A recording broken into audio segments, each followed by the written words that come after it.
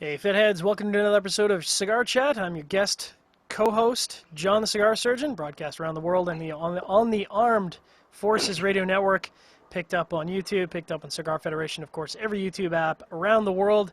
Subscribe, Cigar Federation. This show is brought to you by Gurkha Cigars, manufactures the world's finest cigars. Try the new 93 rated Heritage cigar today. I am, of course, joined by our host and the MFN CEO out of Texas, Logan. What's going on tonight, brother? Hola. Nothing, man. I'm doing okay. My self-esteem's hurt because Eric called me a fatty before the show started. But other than that, I'm doing just fine. I did not do that. It might have been implied. I don't know that he called you a fatty. I mean, it might have been heavily implied. He basically. You said extra large. It said I eat too much. You said you eat too much, man. No, you say you're an extra large. I thought you were a little bit more. This is like a double X. A little bit more than that. Mm-hmm. Hey, man, you know what? That's just a whole lot of loving to go around on this body, Eric. That's all I got to say about that. Of course, that esteemed face you see popping in the middle there, that is our guest tonight, the alpha dog himself, Erik Espinosa. Eric, thanks so much for coming on Cigar Chat. Thanks for having me, boys. So now, where are you calling in? Because I saw on Facebook, you're like all over the place. You were at a cigar event today or something like that, weren't you? Yeah, I'm in North Carolina, Fayetteville.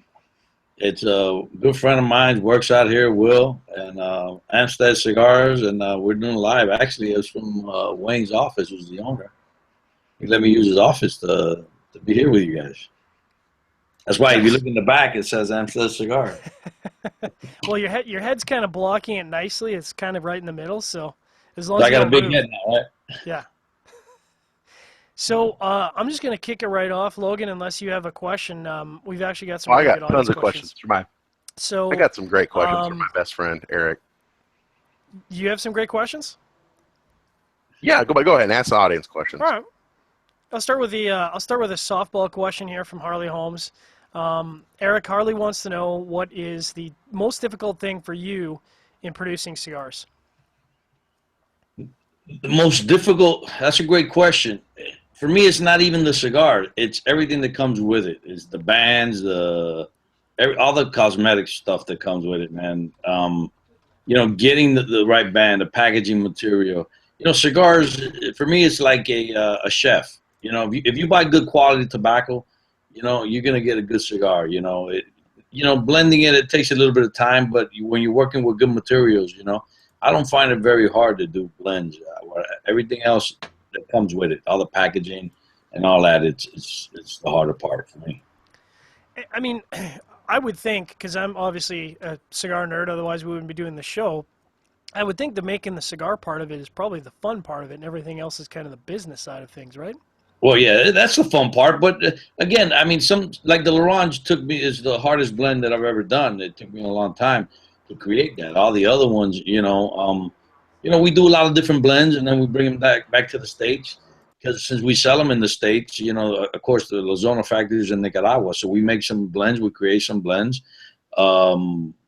between Hector and Carlito, who runs the factory down there, and myself. We create some blends. We try them out in the States. And but we do start off, we know what wrapper we want. We know the strength level that we want. And then, we make 5, 6, 7, 8 different cigars. We try them down there, and the ones we like the most, we bring them down to the States. And then we try them. We let them sit for a while, and then we try them in the States and see what comes out of it.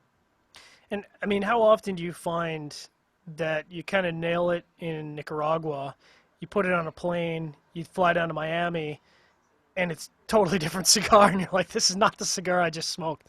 A lot of times that happens, man. It does. No one's been able to answer that question, because I've been doing this for a long time, and I've asked guys that have been in the industry for many, many years.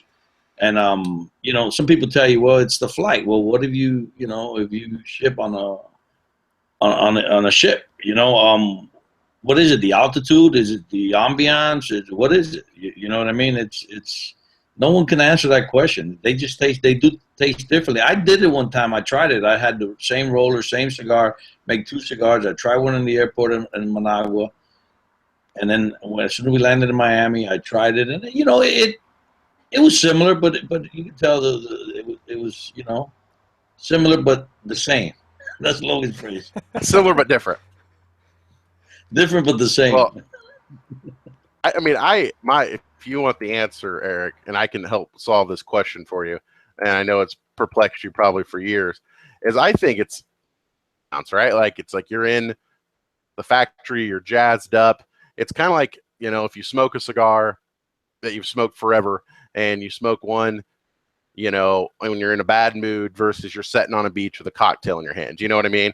And I think that's personally what it is, but or not. But that would be my educated guess. Well, I mean, that does have a lot to do with cigars here. I mean, you're out on a date with a good-looking girl, and you know there's not going to be any bad cigars. I mean, you know, yes, if you're in a pissed-off mood, you know, you might not enjoy the cigar. But down there, that's what we're working for. We're working to develop good cigars. So you got to put yourself in that mind frame, you know, that the cigars, you know, what you're looking for. And it just, you could be right, you know, but no one's been able to you know, to pin it down. I've asked Steve Saka, Jonathan Drew.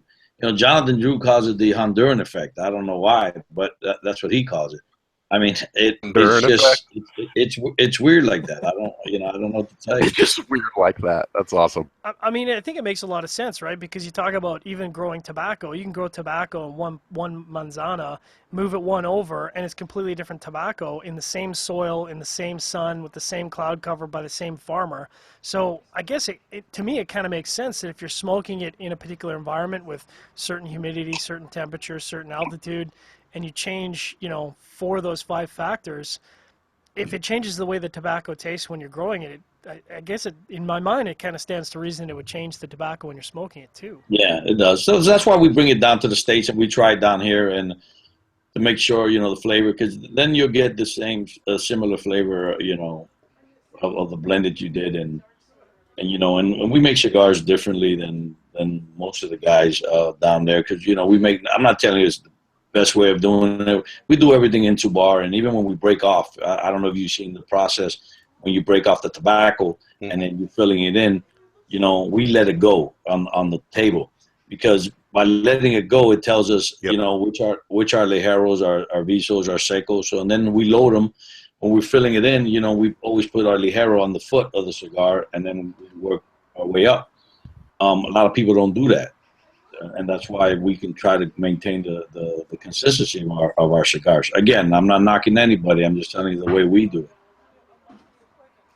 Hey, you know, speaking of a way when you're doing. Sorry, go ahead. It's all you, Logan. Speaking of the way, and I got to ask a question because I've been wanting to ask this for a while. Because you guys are a little bit different in the sense that we're trying to increase their box counts, right? In terms of, you know, 50 count box or a 40 count box. You guys cigars that you box water banned in the trees from Nicaragua in making for Espinosa cigars in the last, say, 2 to 3 months. Yeah, you coming in and out. If I got your question correctly, you're saying why are we making them in 10 count boxes? No. Oh, no. I said you guys do things a little different. You have a lot of 10 count boxes. Yes. How has the water shortages in Nicaragua and the inability to harvest trees for boxes impacted your production in the last 2 to 3 months? It got bad because not just that, now they're trying to monopolize the wood down in Nicaragua. You know, you can only buy it from one company, and but we got a good box guy. You know, he's in with the government down there, and I don't know if how the water has shortened the wood and all like that out there. But what we did do is we got a good box guy, and he had a lot of wood, and he's making cigar boxes just for us. So he's got enough supply for a year.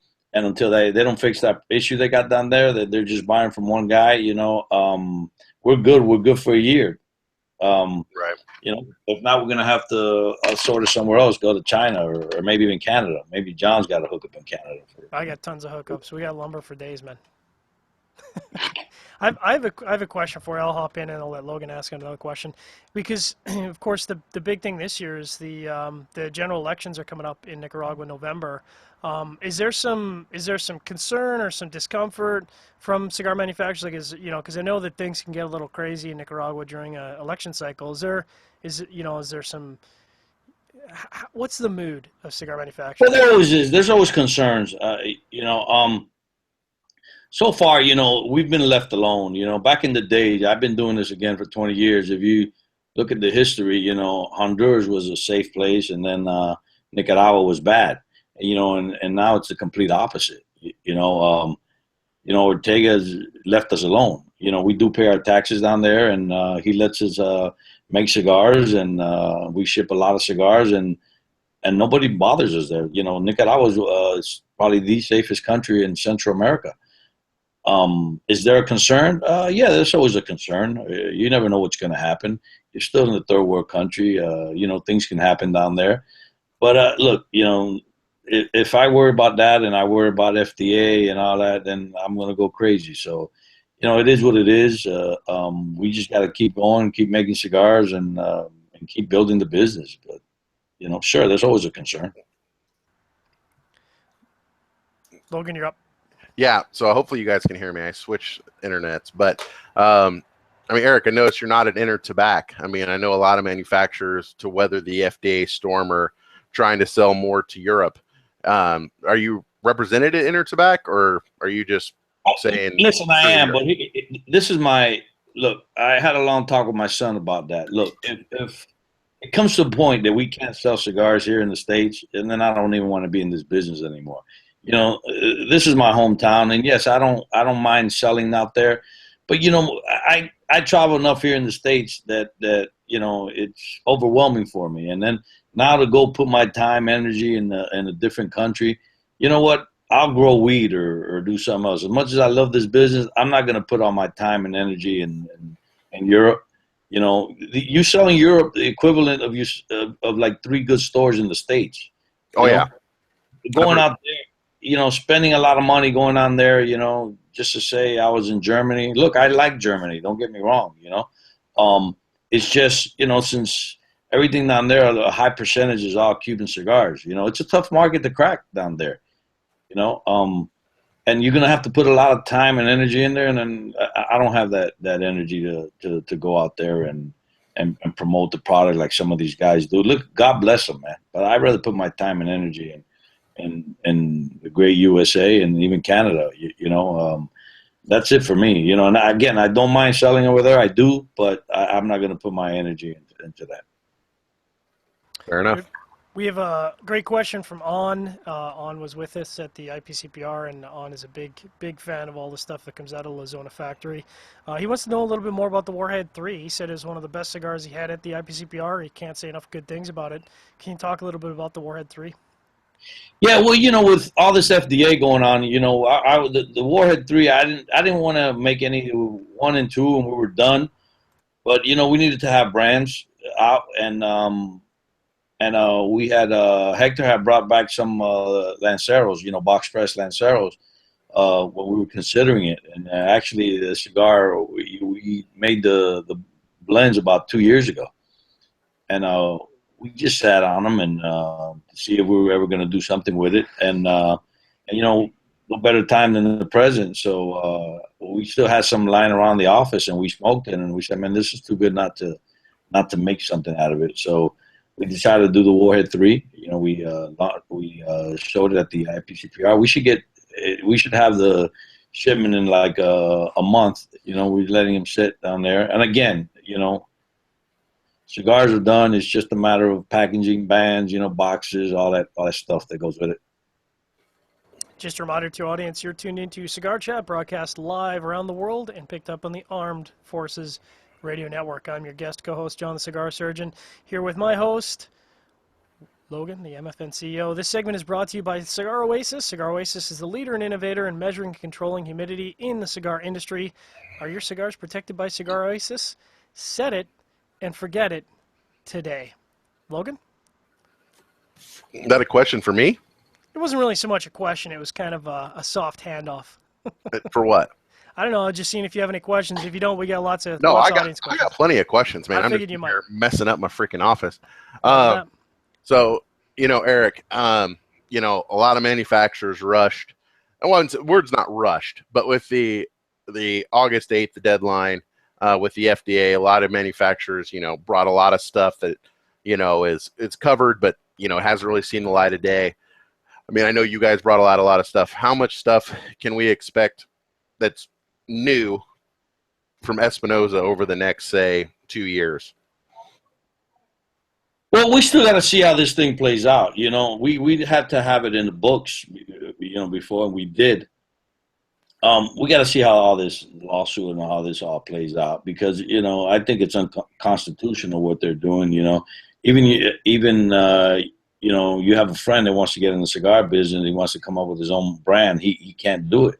Can't do it, and that's unconstitutional. So we had to have brands, trademark, packaging, blends. We had to have a bunch of stuff out there before that August 8th, and everybody went crazy, and they should. Everybody had to do it. It wasn't something that we probably, most of these guys, that they didn't want to do, because it costs a lot of money to do all this. Right. So we had to do a lot of different brands. It wasn't by choice. We just had to do it just to have it. Hopefully, we can. All we need to do is a couple brands every year.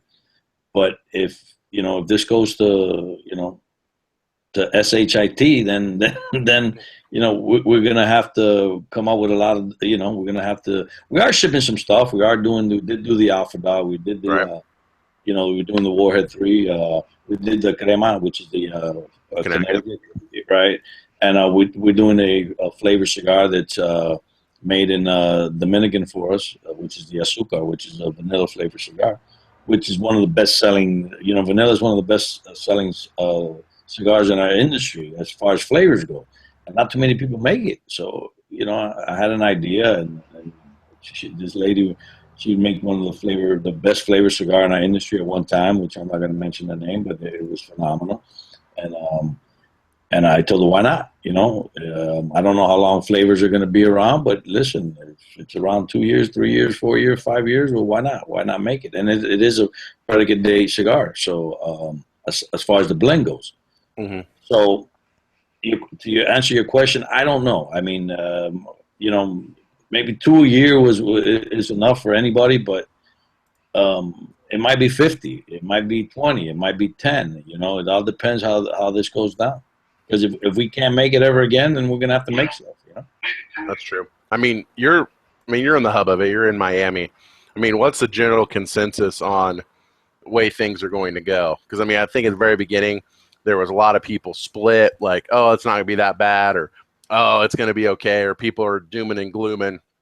We've got guys coming out the trade show with 134 different SKUs. Won't name any names, but what's the consensus now after IPCPR is over? With manufacturers on where this is going to go? I really don't think that the FDA is prepared for us, and I really don't think they're really gunning for us. They're gunning mostly after the vape. A lot of these guys smoke cigars, and they get it. They just have to tie us down into it. We have to educate them, okay? Because they really don't know. We're the ones who got to educate them. Listen, the girls' hockey team won the Olympics 3-4 years ago, and they smoked cigars on the ice. You have a child, you hand out cigars. Cigars. I'm not a doctor, but one of the biggest cause of illness is stress. My number one stress reliever is smoking a cigar. Yeah. Right. I just hope that they do the right thing. Now, I don't have an issue. You want to regulate us, you want to tax me, that's fine. But the biggest issue I have is let me smoke, okay? Let me smoke where I'm able to smoke. You got some cigar stores around the country that you're not even able to smoke inside the store. Oh, yeah. They're trying to legalize marijuana, which I don't have a problem with that. But come on, man. They don't let you smoke a cigar. It's just not fair. Again, it's unconstitutional what they're trying to do. They should just, tell us what they're going to do, and let's move forward. What was it, 4, 5, 6 years ago? I don't remember the amount of time. Everybody cried about that airship and this and that. Look, we got through that. We're selling more cigars today than we did last year. Right. So again, when we first started, the interview started, I I can't cry over spilled milk, man. I got to keep going and keep doing what we're doing and what we're focused on, and let the chips fall where they may, and keep going. But everybody, you know, some people are scared. Look, we do have brands that are before 2007, you know. So if all I can sell is 601s, well, then that's what I'm going to sell. So be it, yeah. You know, what am I going to do? There's nothing else I can do about it, but we're going to keep going. But I would love to see a judge arrest me for handing out a free cigar, you know. That'd be great. You know the exposure I would get? Erik Espinosa goes to jail. Especially in Miami. Oh, yeah, especially Miami. For handing out a free cigar. Listen, I built my business. We built our business and you know, social media, guys like, you know, like you guys, you know, hand people try cigars. We don't have the name recognition.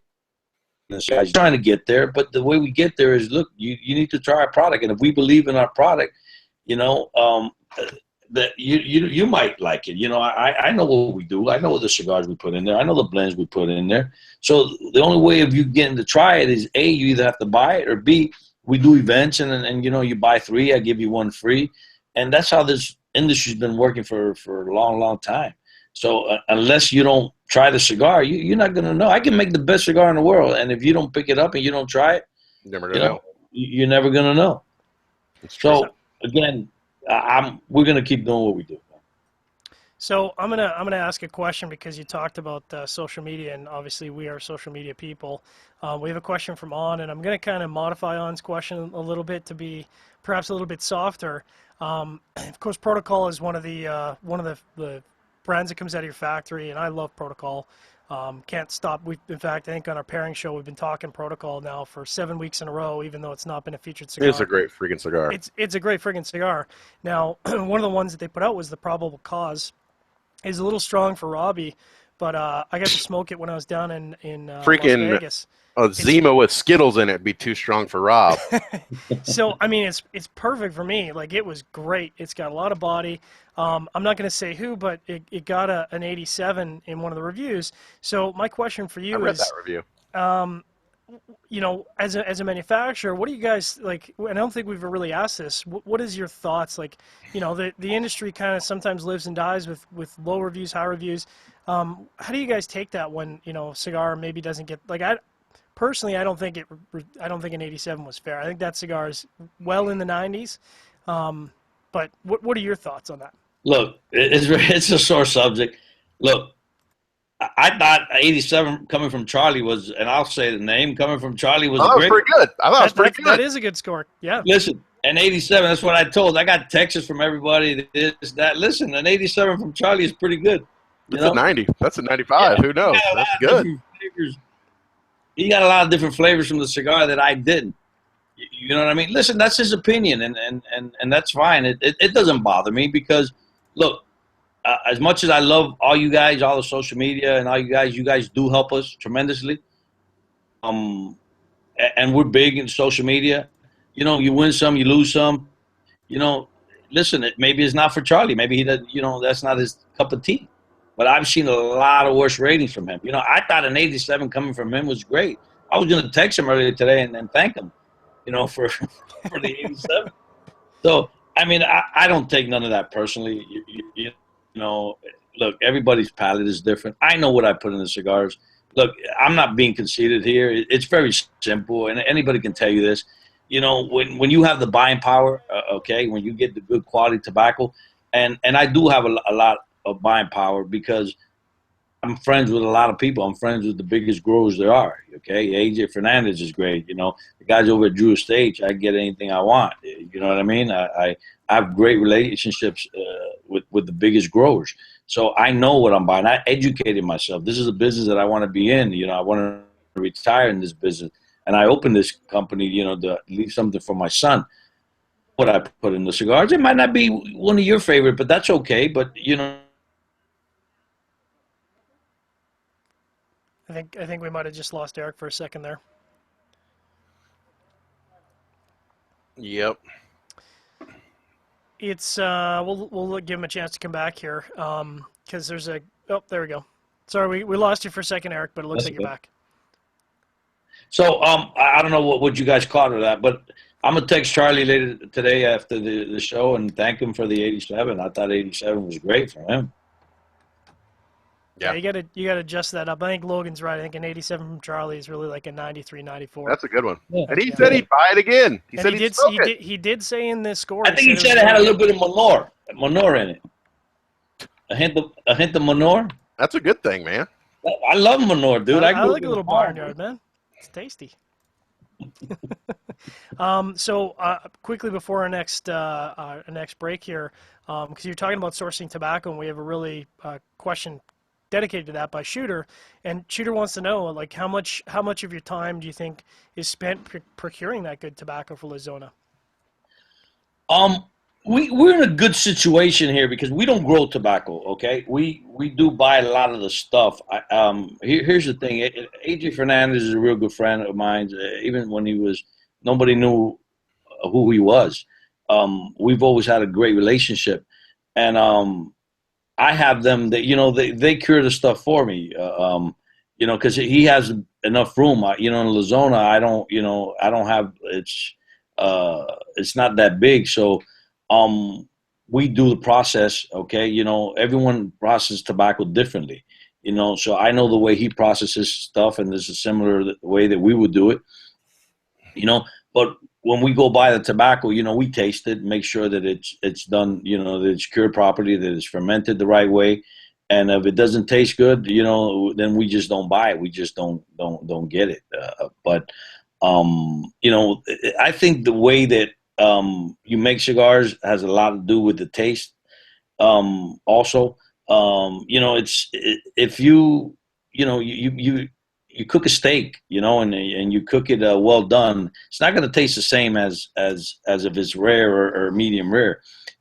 As I was just telling a gentleman today, he was lighting the cigar. You got to light everything together, brother. You got to get all that tobacco working together for able to get the maximum. So even making the cigars has a lot to do with the flavor and the way you roll it of the cigars. And getting back to the question, we have these guys, they do it for us because right now we don't have the capacity to be able to do. We buy a lot of my stuff over at his place. Nice. Well, just a reminder to your audience, you're tuned into Cigar Chat, broadcast around the world and on the Armed Forces Radio Network. Logan, this next segment is brought to us by who? This next segment is brought to us by our good friends at Drew Estate, the Drew Estate Diplomat app. Nothing's cooler, not even my beard. Download it or be a douche. Back to you, John. All right. So what do I want to talk about? We've got a lot of audience questions here. By the way, Eric, I've been to La Zona a couple times, and I love your patio on the second or third level there. It's awesome. Did you get any of the rating cards when you were there? The what? Rating cards. Well, we have some rating cards there. When you see a girl go by, you can give her a 10, a 9, an 8, a 7. No, man. No, I don't think we did. I don't think so, man. I do like that patio, though. I got some good Cuban coffee. That's for sure. Yeah. No, we make it nice. Look, it's mi casa, tu casa. A lot of guys in the industry go and hang out there. We make it. We open up the factory to anybody. Look, a lot of people have their trade secrets and all that. But you're a friend of mine. If you ever bought one cigar of my state, one brand of my cigars, I mean, you're more than welcome there. It doesn't matter. Even if you know my brands and you've never smoked, anybody there is welcome, man. All they got to do is give me a call, let me know they're going, and we'll open the doors to them. They can hang out upstairs, smoke a cigar. We'll make them the Cuban coffee. They can hang out there. We got Wi-Fi. So it's open to anybody and everybody that wants to go. I mean, you talk about not buying your cigars, but I mean, you guys have so many brands and so many manufacturers, coming out of the La Zona factory right now. It's kind of hard not to run into something either directly from you or being made in your factory at this point. Well, I'm proud of that. I mean, when we first started, it's a good problem to have because now we're basically at full capacity there, and we've outgrown the factory. And I love that place. I feel good about that place. I don't ever want to leave the Zona.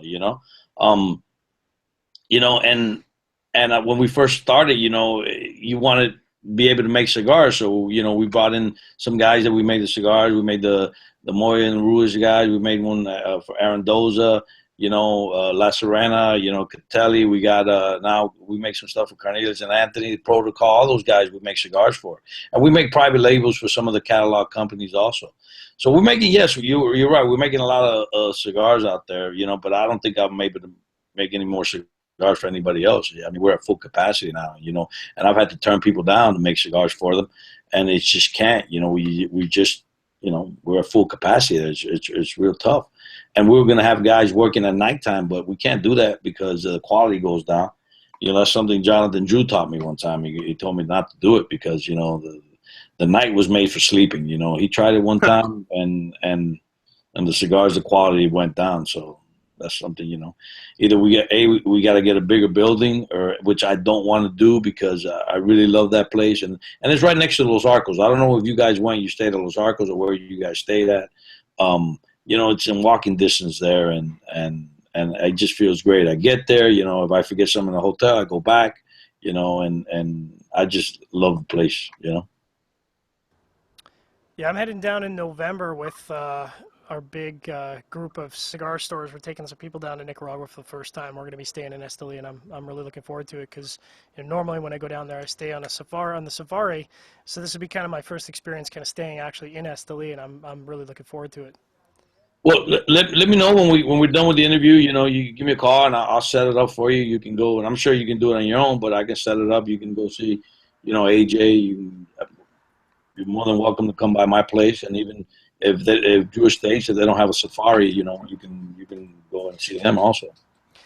I think that's, I got to say, that's one of the really cool things for me. Being a Canadian, everyone here is pretty friendly, but I got to say, going out to Esteli, there's really that, like, my door is always open for you. Like, people that I'd never even met before in the industry, and they're like, yeah, you want to see the factory? Come on in, we'll give you a tour. And, like, there's no, like, calling ahead for reservations. It's just, yeah, you want to see the factory? Come on in.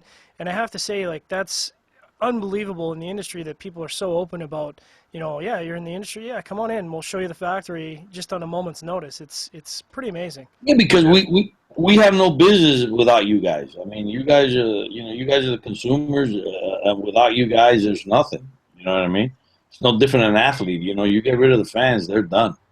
You know what I mean? So without you guys, seriously, I'm not saying this, it's the truth. Without consumers, who are we going to sell cigars to? So, my doors are always open to anybody. That's just the way we operate, we do business. The only thing I ask is not to be negative. You go in there positive, because I love positive people. Absolutely. And I don't like the heebie-jeebies of negativity. You know what I mean? So it's just positive. Sit down, smoke a cigar, light a cigar, take your shoes off, get some Cuban coffee. Get your rating card. Get your rating card, exactly. Logan? And go to work. So, Erik, I mean, I was going to ask, and John's kind of covered, but I'm going to ask it again. Like, you've gotten to the point, I mean, at what point, I mean, you're producing some great cigars, and I'd say that's one thing about La Zona and you is that when you bring someone in, they're a part of the family, and you produce them great cigars, right? But at what point do those great cigars affect the ability and quality that Espinosa's brand or 601 can put out? Well, that's a great question. Look, right now I'm at full capacity, and I can't get anyone else, okay? Everybody has their run, okay? I don't rush anything. I know you hear all this, people tell you this, people tell you that. Look, make a cigar that I'm not happy with, okay? Now, there's brands that I make for some of the catalog companies, and a lot of it has to do with price point and all that. Well, if you want at this price, this is what you're going to get. You understand? And I'm talking about mainly catalog companies without mentioning any names or anything like that. But guys, that sell to the brick and mortars, I don't cut corners in anything that I do, and every product that I sell, it's guaranteed. I've never had, a complaint. The way we make cigars, I know they're going to draw.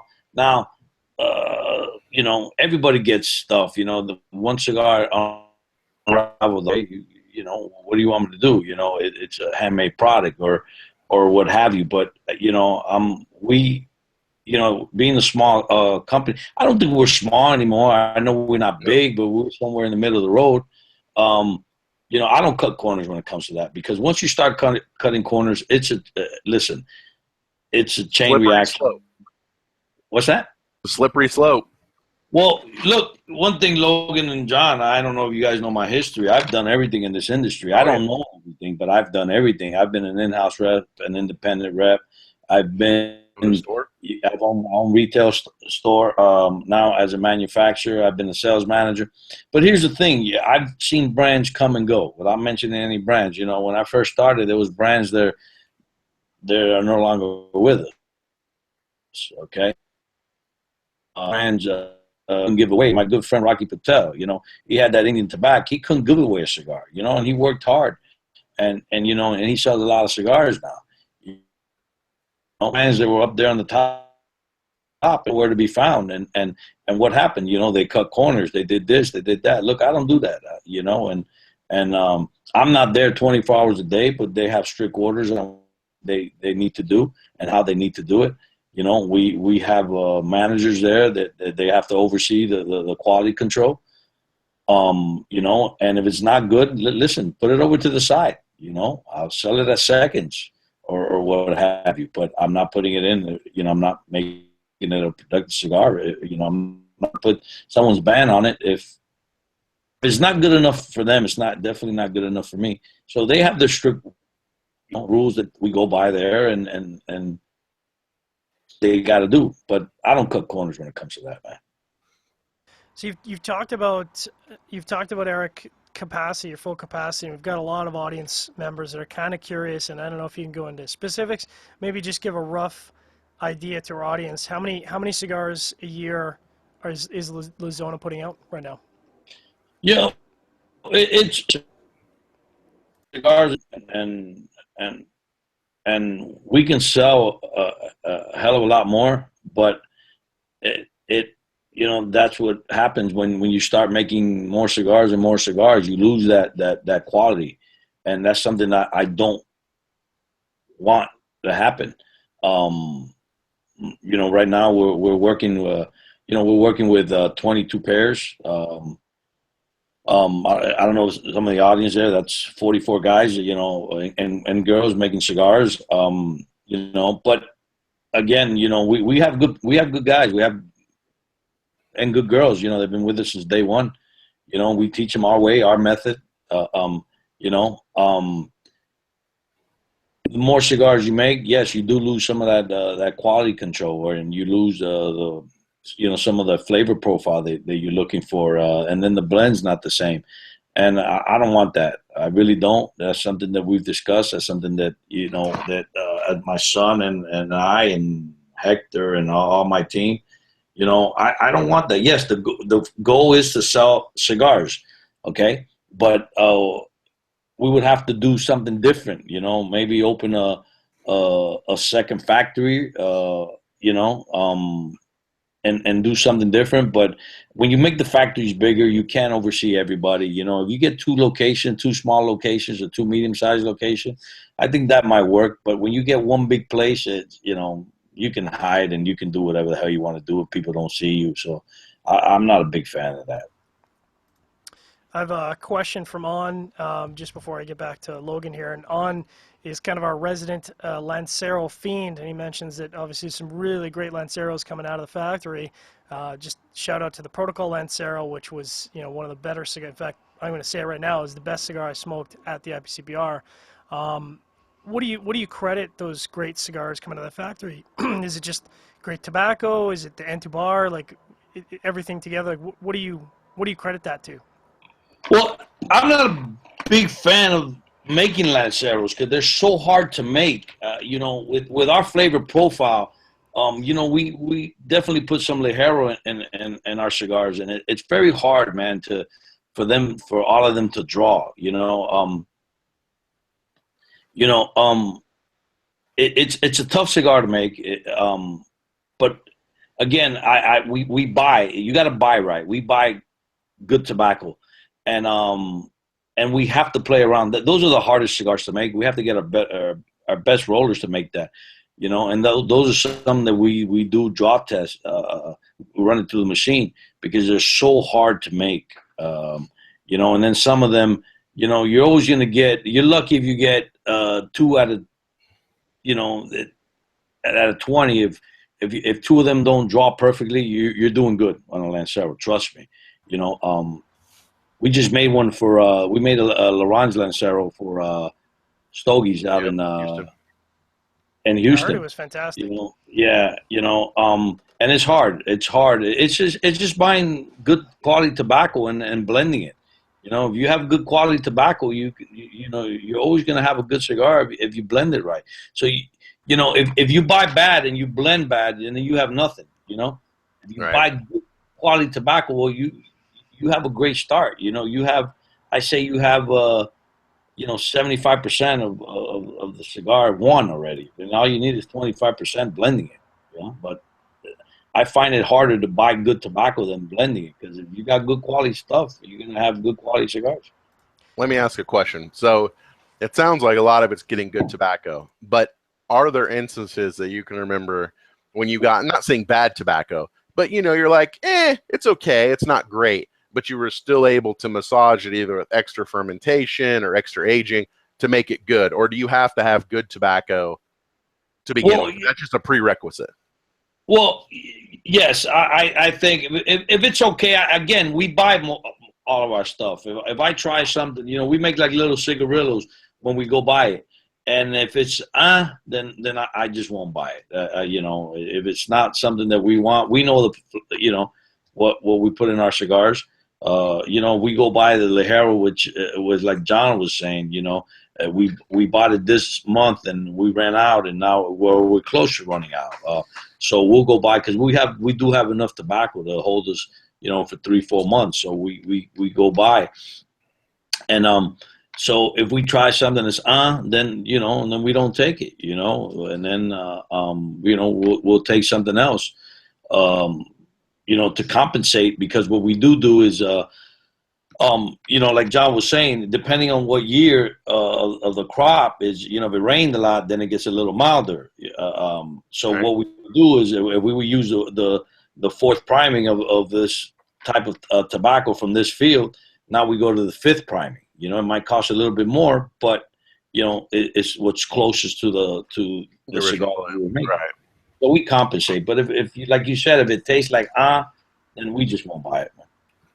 Just a reminder to your audience, you're tuned into Cigar Chat, broadcast live around the world, heard in over 65 countries, and of course, the Armed Forces Radio Network. Logan, this next segment is brought to us by who? Next segment is brought to us by Fratello Cigars.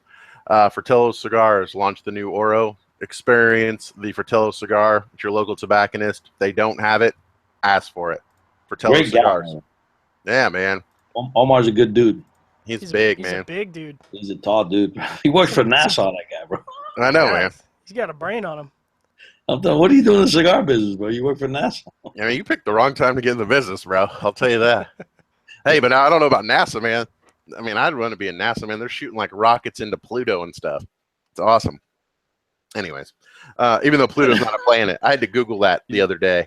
It makes me sad. How could they take Pluto away from us? I know. It's so, the whole song, you know, my very educated mother, what is it? My very educated mother just made 9 pies or something, or 9 pizzas.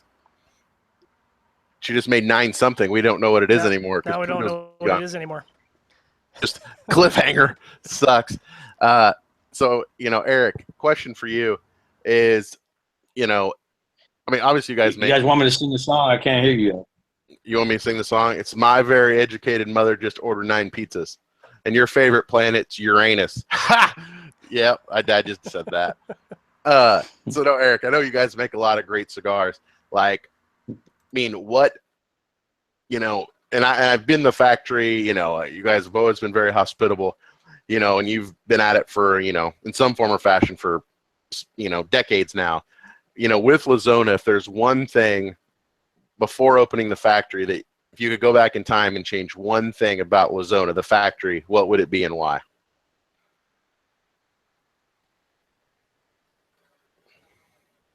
I didn't hear you. I lost you guys for a little bit there. I don't know. I know you. I'll quickly summarize. John, am I clear? No, you're good.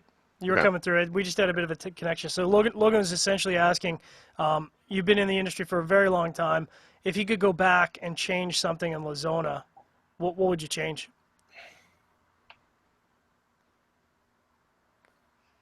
Not sure if that came through or not. You're going in and out, but if I was to change something in Zona, is that the Yeah, question? knowing what you know now, 3.5. What was your question? If I was to change something in Zona? Yeah. Yeah. Basically, yeah. So just knowing what you know now, if you could go back in time, what would you change about La Zona? If one thing. I mean, would you make it bigger? Would you hire smarter people? Like, what would it be? I'd grow marijuana. You'd grow marijuana and take it up. I grow marijuana instead of being a cigar business. That's probably true. No, yeah. I think we might have lost him there for a second again. I blame Google. I blame stupid iPhone. They do have just filling in here. They have. I really enjoy the factory. I mean, it was a last minute tour when we took the Sig crew down there, but I don't think there was a single guy that came away from that factory who said that they didn't have a blast sitting on the patio. Oh, I smoking. agree. No, that was one of the highlights of the tour. It was nice.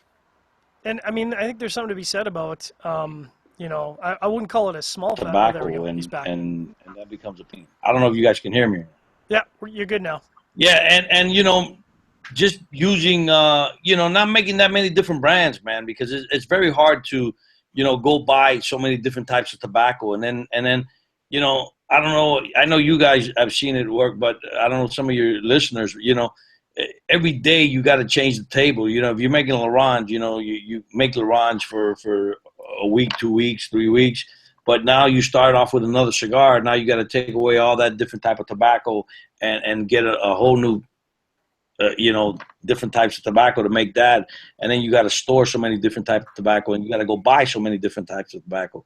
So I feel like, if we would have made, our 5, 6 brands or whatever it was, at the time, that would have been, put our time and energy and efforts in these brands and not come out with something new all the time. And, that's what, unfortunately, that's what the consumers want. What's new? You walk into the store, everybody asks you what's new, and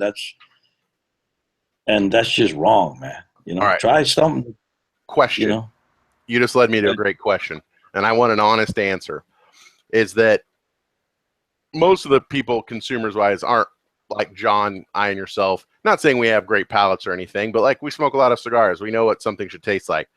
If you were to take a wrapper from, let's say you take La Murcielago and you put a different wrapper on it and called it, the Knot, and how many consumers would be able to discern that was the Murcielago? They would not be able to tell? Yeah, what percentage? 99. Really? Yeah. You think so? Yeah, oh, absolutely. Well, first of all, the wrapper, it gives it a lot of the different taste, right? Of the cigar, and that's a very, that's a very dominant wrapper. It gives a lot of the flavor. That's why that's one of the hardest cigars to make, because since that wrapper is so dominant. But I get your question. I don't think a lot of people will know. You get a Connecticut cigar, let's say the crema, and take off that wrapper and put a Habano wrapper in it. How many people would? I don't think that many people. You mean you're changing a lot of the cigar, really? I think you take one different leaf. I'll even go on like you take one different leaf, maybe the smaller part, the smaller proportion of your blend, and you switch it off with something else. How many people will tell? A lot of people won't. There's a lot of people who don't even retrohale that smoke cigars.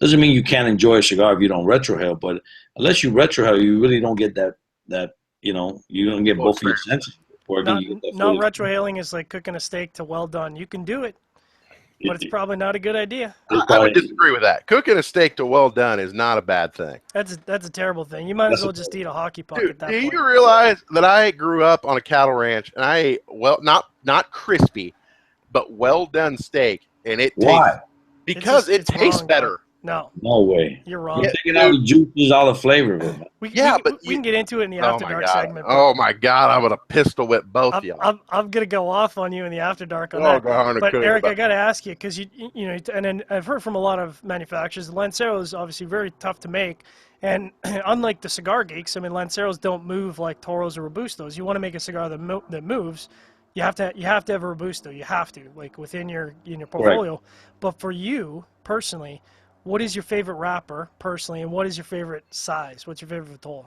Habano and Coronas. If you ask, I'll tell you, 75% of the manufacturers, they like Coronas. It's a quick smoke, and you get more flavor out of it. You know, I do love Lanceros. Here's the problem with Lanceros. Most people that smoke Lanceros are educated guys that are cigar geeks like myself, like you. You know, and we enjoy that.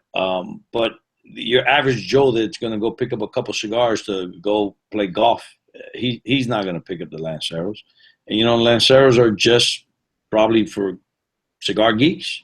You know, the golfers pick up Toros, Churchills, you know, or what have you, but they're not picking up Lanceros. I do like a short Corona, for sure. I do like a short Corona. Yeah. Now, you're talking about Habano, Ecuadorian Habano? Yes, I love the. Here's why I retrohale a lot, the Habano's not an overpowering wrapper, so you really get the flavor of the blend that you're making. Myself as a blender, I like to see, you know, I like to taste the flavor of the cigar. So when you get into your thicker wrappers like your Mexican, the San Andres, you get the broadleaf, that overpowers a lot. It's like putting a A1 steak sauce on your steak, Logan. That overpowers the blend. So I like the Habano because you really get a taste of the blend that you created. Yeah, I think for me, just talking about, and I'm in the same boat. I think for me, the Ecuadorian Habano is probably one of my favorite wrappers right now. I mean, I range. Sometimes I really like San Andreas Maduro. Sometimes Ecuadorian Habano is kind of my jam. And I mean, I don't have the experience you do, but I agree. I think the nice thing about Ecuadorian Habano is it harmonizes with the rest of the tobaccos for me. It doesn't just and the lighter Habanos, the better for me. The only problem with the lighter Habanos is that they're more fragile. And so they crack on you a little bit more. So you got to be very careful on the one. But I'm a big fan of the lighter Habanos. It's just because you get all the flavor of the cigar. So I mean, was it difficult producing Connecticut Shade? Because Connecticut Shade is, you know, certainly in the lighter spectrum. I mean, I know it's a very popular cigar, that blend, but one of the reasons we did the crema, the Connecticut one, is mostly I got tired of doing events around the country and people, what do you have mild? Well, I don't have it now, you know. And I would ask the consumer, are you staying or you're gonna hang out? You know, hopefully they'll say no, I'm leaving us, and then I'll put them on a L'Orange or something, you know, because now if they were staying and I didn't have nothing to offer them because, you know, if they were leaving, I'm never seeing this guy again. You know, I sold them a couple of sticks, you know, but if they're hanging out at the shop, I had nothing to sell to them, you know, so I'm not a fan of Connecticut. It's a lighter wrapper, but it's bitter. I find it a lot bitter, the Connecticut, and so you know, I remember back in the day, the 601. I made the 601 the black. It was probably the strongest Connecticut ever in our industry, and it did well at the beginning, but it slowed down because everybody was confused. Everybody thought, you know, I'm getting a Connecticut that's mild. You know, but that bitterness of Connecticut, you don't get the whole flavor of the cigar. You know, the actual taste of it, like you do in the Habano. So yes, it's a light wrapper, but it's also a little bitter in flavor. So Logan, you have some parting questions here as we come to the end of our first. Not really. I mean, I think we've asked some pretty good questions. I mean, Eric, pretend you have a time machine and you could go back to your most favorite moment that you've ever had in the cigar industry. What would that moment be? Wow. I'm a big fan of I'm a big fan of football, and I grew up in Miami, and I'm a big Dolphin fan. But I love the Boo, Rams. boo. I just I just like the color of the Rams. And I remember one guy, Jack Youngblood. He played with a broken leg in the Super Bowl one time, and I saw him in a cigar store one time, and that's when I was first started. And I'm not starstruck. I really, but I was a big fan of the guy. So I asked the owner if that was Jack Youngblood. He said, yes, that's him. So he told me I'll introduce you to him. So I started talking to him, and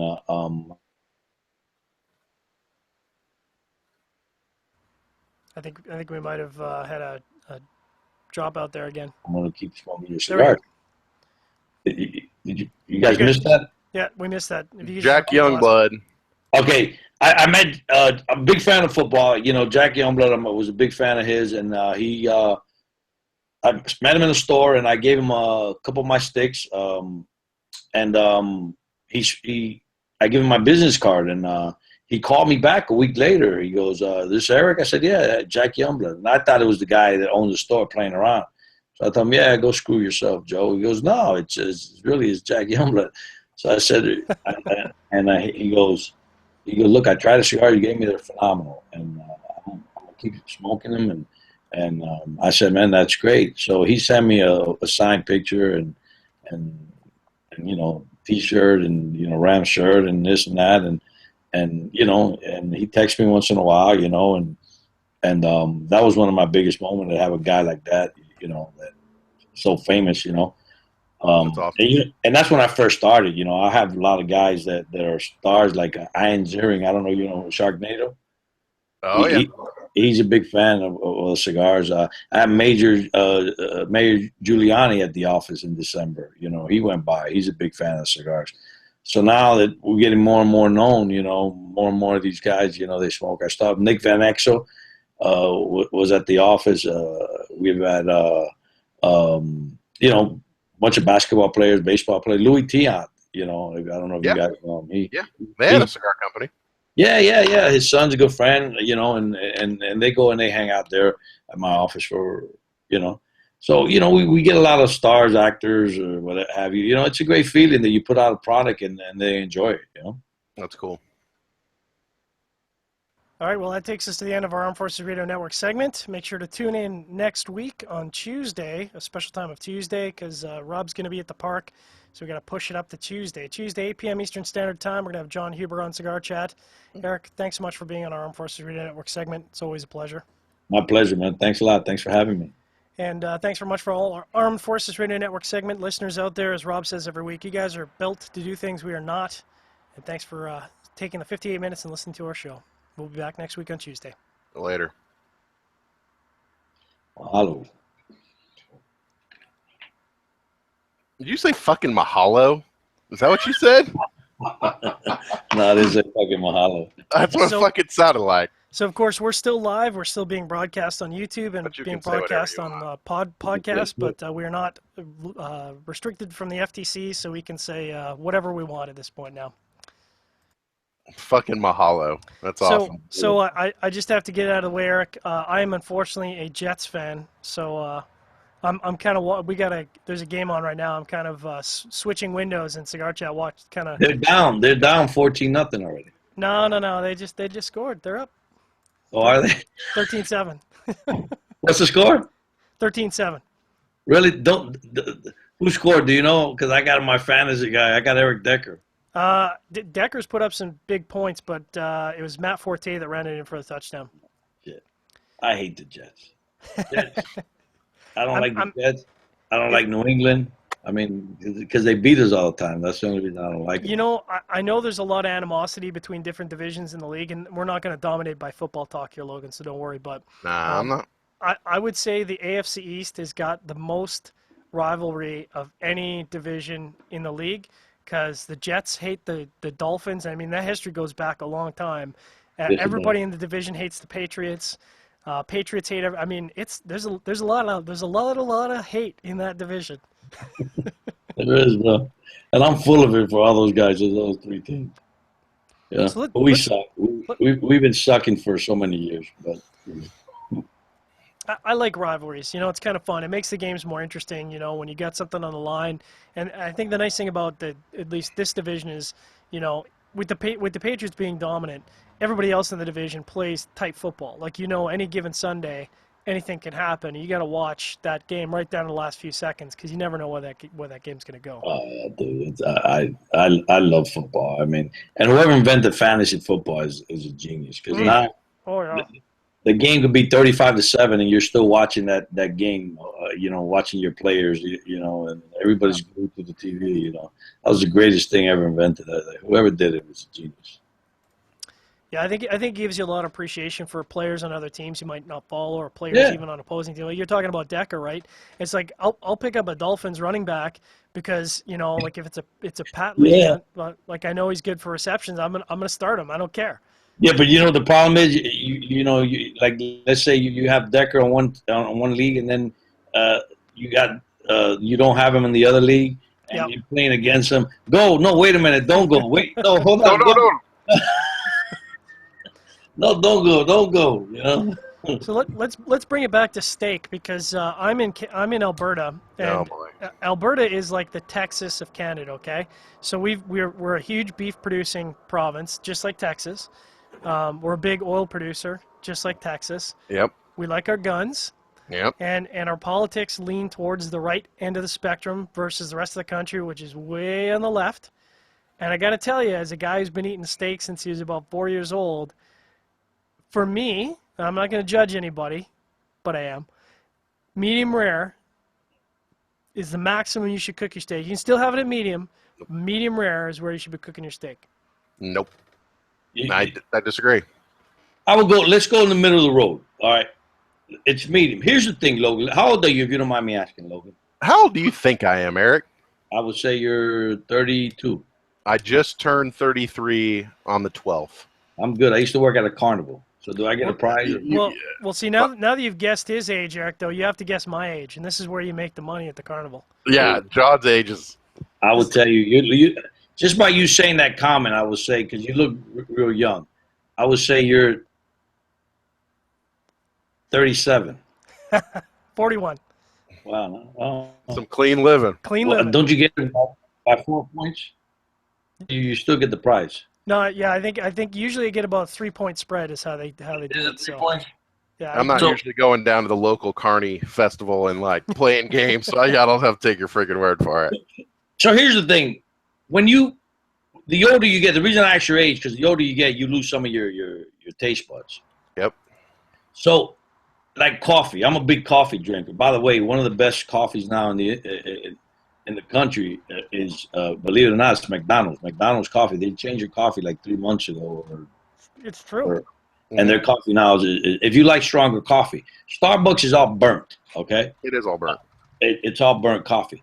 Now, I used to drink coffee with all that Splenda, sugar, cream, all that BS. But now what I do is I get it just black, plain black. Because by you putting cream and putting sugar in it, it takes away the flavor of the coffee. Okay, so try it one day. Just put a little bit less sugar in, a little bit less sugar every day. Coffee black. Yeah, good. So by you burning that steak, okay, you're not burning it. There's juices in there. Okay, anything above medium, okay, it's just wrong, dude. Okay. Look at the lions. We're animals. How do lions eat their steaks? Yeah, well, first of all, I'm not running around on 4 legs across the fucking Serengeti, Eric, trying to chase down a goddamn gazelle. Like I'm a fucking human. I stand upright. We're animals, bro. We're animals. Listen, dude. Listen. Is that I'm not advocating like burnt. I'm advocating to the point where the inside is no longer pink. When you eat a raw steak, it tastes just like that, raw. Yes, you've got a lot of juices, but those are undercooked. And you have to get the meat to the point where it's brown for the inside, the cartilage, everything inside the meat to actually break down. And I'm advocating that you cook it to the point where it gets there and then you eat it. Like, yes, if you have fully cooked steak and then you let it set for an hour and then you eat it, yeah, it sucks. But if you eat it as soon as it comes out, try it. Just try it. Cook it to well done. And I'm not saying burnt, but where the inside's no longer pink, Eat it instantly, and it'll be the best steak you've ever ate in your life. No, Dude, my dad has like 2,000 cattle. I'm like fucking Bubba off Forrest Gump. I've had beef every motherfucking way you can cook that shit. And trust me, man, I fucking know. I'm telling you, man. You've been eating beef wrong for 33. that may be true. I'm telling you though. Give your dad John, my did we number, cook steaks? Did we cook steaks at my house when you were here, John, or did we not? Tell your dad to call me. You think I'm an asshole? I'll get Dale on the phone. He'll give you an earful for 8 hours about it. I have no problem with people that are straightforward. I love people that are straightforward. I never think you're an asshole. I love people to tell you what they got to tell you, bro. That's the way I am. Well, look, everybody has a different palate. I agree. But I did when I was younger. It had to be well done for me, you know. Yeah. And then somebody gave me the great idea of butterflying it. Yep. You know, so by butterflying it, you know, it doesn't have to be cooked all the way through that you know. So then I started eating it medium, you know, and then, you know, now I medium rare, you know, medium rare is good for me, but medium is fine. I don't have a problem with it. Now, do you season your steaks or not? Typically no, and if I do use any, it's just salt and pepper. That's all you need. Yeah, a little dry rub. Yeah. Just salt and pepper crust, if anything. Salt and pepper is all you need. And there's no A1, there's no any sauce. It's just good. If it's good, if it's good Angus beef, it is 100% USDA. Listen, they say prime, we go above that. We're choice. I learned something. I learned something in Nicaragua about 3 months ago. I take the guys, Cornelius and Anthony, the owner, Stephen Bailey. He's a good dude. He's a great guy. He grows a lot of tobacco in Virginia. Yeah. And I was in Esteli behind the church, John. There's a place they sell meat, and this guy on the square, right behind the church. Yeah, not in front and behind it. Yeah. So this guy, you know, they're cutting up meat, and I see it, you know, the leg of the cow there. So I tell him, listen, I want churrasco, skirt steak. Whatever. Yep. So he cut it up. We took it down. We barbecued it, and it was tough, man. And I told him, man, I told the guy, he goes, you know why it's tough? I said, no. He goes, because it's a milking cow. It's not a Angus beef cow. Yeah. And I said, I thought, you know, not growing up in a farm like you know, a cow's a cow, you know. That was so wrong, man. That's kind of like tobacco's tobacco. You know what I mean? Okay. It's not knowing, you know. I'm not into cow. It's true. I never fucked a cow. I don't know. Man, I only will if it's fucking well done. You know what I mean? Listen, being in the farm, tell me the truth. You know, I know it gets lonely out there. Did you ever fuck a cow or no? Man, let me just tell you, there's some nights on the farm where it got real fucking cold, Eric. And you know what? There's just not enough quilts, man. You just had to do what you got to do, man. But I said, hey, first, cow, you got to make sure you're well done, though. I'll test the meat and make sure the temperature's just right. Yeah, that's right. There you go. I want to bring it back to coffee because Logan, you've been getting why? Because fucking cows is too inappropriate. It's a little inappropriate. It's too far. I'm gonna play the part of Rob here. I'm gonna rein it back in. You know what Rob would do? Rob would have been backed up against his chair because he'd have been so awkward that Eric and I were talking about fucking cows. But I mean, you know, I'm obviously huge into coffee. That's kind of one of my other passions. I'm huge into coffee, roasting beans, all kinds of different methods of preparation of coffee. I mean, one of the great things about being both in Miami and Nicaragua is, I mean, there's some damn good beans, first of all, coming out of Nicaragua, but, I mean, Miami has some really fucking good coffee. Well, most of the stuff in Miami are espressos. You get it. Listen, we rent the machine down in the warehouse, and it's a pilon, but it's the dark roast, and we do the espresso, and my son's he misses calling. My son's a barista, man. He makes great, phenomenal coffee, you know. And I like macchiato. I like the coffee, but with a little froth, makes it, and it's delicious. It's strong. If you like strong coffee, you know, we have great, and it's not burnt. You can taste the flavor. You know, it's not that Starbucks bullshit. It's coffee's tough, man. The problem with Nicaragua is charcoals or whatever. Yes, you're right. They have great they grow great coffee there, but it's the way you roast it, and most of this good stuff they export it. Yep. Oh, yeah. And they don't even leave the good stuff for them. So I mean, I have gotten there's one in downtown. There's a little coffee shop. They make great coffee there, and the one in the factory, the one that I make in the factory, well, I bring it from the States, from Miami. So they do have good coffee there. They just don't, they export all the good stuff. But I mean, coffee. You're talking about roasting. I mean, there's a lot of crossover between coffee and tobacco because you can so start similar. you can start with good coffee, you can start with good tobacco, but the way you finish it has such an like you take the same bean and you can roast it 6 different ways, and you can even you can do a French press, you can do a pour over, you can do a drip, you can do an espresso, and every different way you produce that coffee is going to produce radically different flavors out of that same bean. Yeah, I mean, it's true because I was most of Italian coffee. Everyone says is Italian. They don't grow too much coffee in Italy. It's all bought in Colombia. Yeah, But those Italians, man, I was in Italy. They really, really know how to make their coffee. I mean, those espressos. They get the first 5, 6, 7 drips or whatever it is. That's it. You got to drink 5 or 6 of them, but. Yeah. It's real strong, and you really, really get the flavor. They really know what they're doing, and the machine has a lot to do with it, and the calibration of the machine. Yeah. The biggest thing though is the grind. The grind makes all the difference.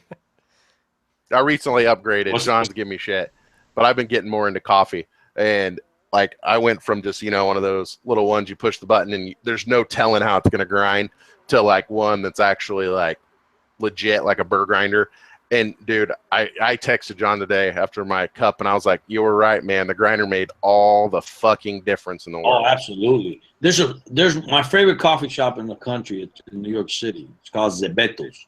Let me tell you, it's across the street from it used to be Della Concha. Now it's a Davidoff store. I don't know the name of it, but anyway, I went there one time. The espresso was out of this world. So I bought like $50 for the bag. I don't have a grinding machine, so I had a friend of mine that had one. He grinded it, and I tried to make it, not even close. Not even close. Nope. It's all combination, the grinding machine, calibration of the machine, all that BS. Yep. I mean, even at you can tell a good high-end coffee shop based on how often during the day they're testing their brew. Like with espresso machines, you gotta taste that stuff 3-4 times during the day to make sure it's still dialed in, and you gotta make micro adjustments throughout the day because it might have been making good coffee at 9 in the morning, but by noon, it could slide easily. Yeah. Yep.